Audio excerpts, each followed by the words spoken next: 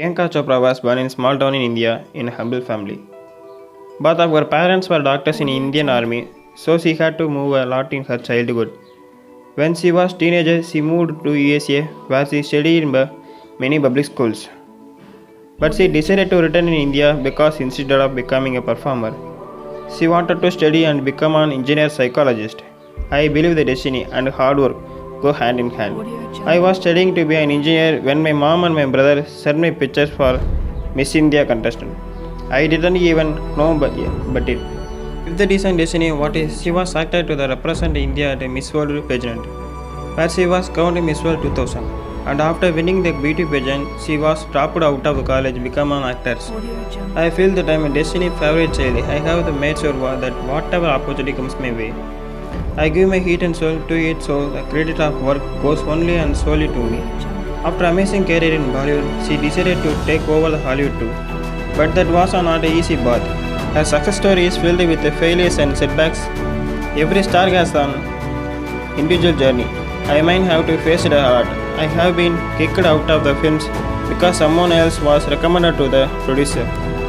I cried and got over it. Eventually, those who are meant to be success story become that, despite all the hindrances. Even though she is a former Miss World and international star, Priyanka Chopra still hasn't escaped the tendency to be rejected for roles because of her face and skin tone. It happened the last year I was out of the movie, and somebody called one of my agents and said, "She is the wrong physicality." So in my defense as an actor, I am like, do I need to be a skinner? Do I need to get a shape? Do I need to have abs? Like, what does wrong physically mean? And then my agent broke it down for me. Like, I think they mean that they wanted someone who's not a brown. It affected me. Also, she was told that as an actress, she was irrelevant and disposable, and that she should be happy with the role that she has, no matter the terms. Like a producer, director, for an example of early in my career, I must have been 18 or 19, telling me that it did not agree to the ridiculous terms and painfully low salary in his movie, that he would just replace me. Because girls are replaceable in this entertainment business. That was a memorable one, made me decide to make myself irreplaceable. In one of her best motivational speeches, she inspired our hearts and made us love and respect her even more.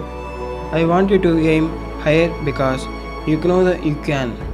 And it's honestly all I did. Every step of the way, all I did was set a higher standard. How did I get there?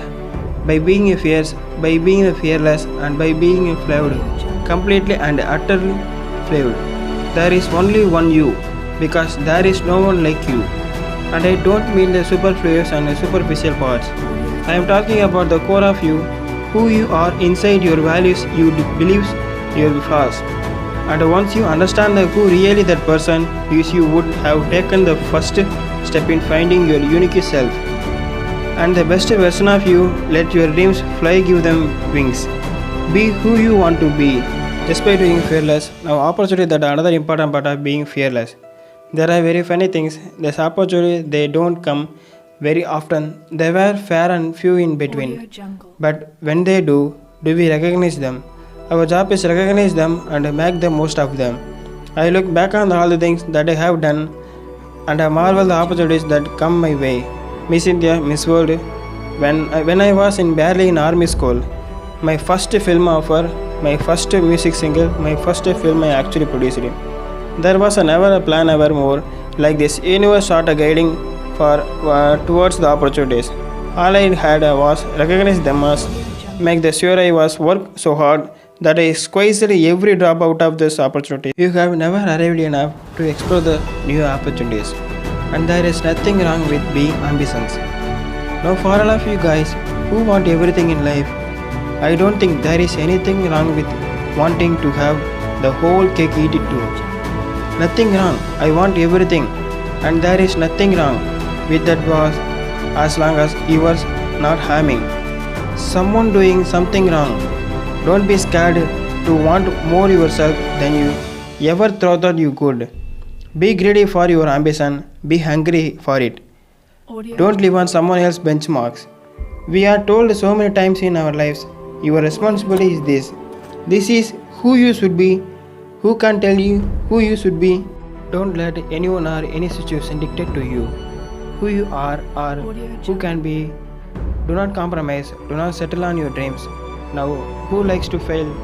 I am talking to those guys who hate the fail because I hate fail. It's really as simple as that. One thing that is as certain as night and day is that you will fail. It's just how it is, and there is nothing you can do stop that. It's what you do after that will define where you go. It's fail, fail, fail again, and then rise like a phoenix. You got to teach yourself to take the world. You fail, get up, make mistakes from learn from them. Be a human, be you.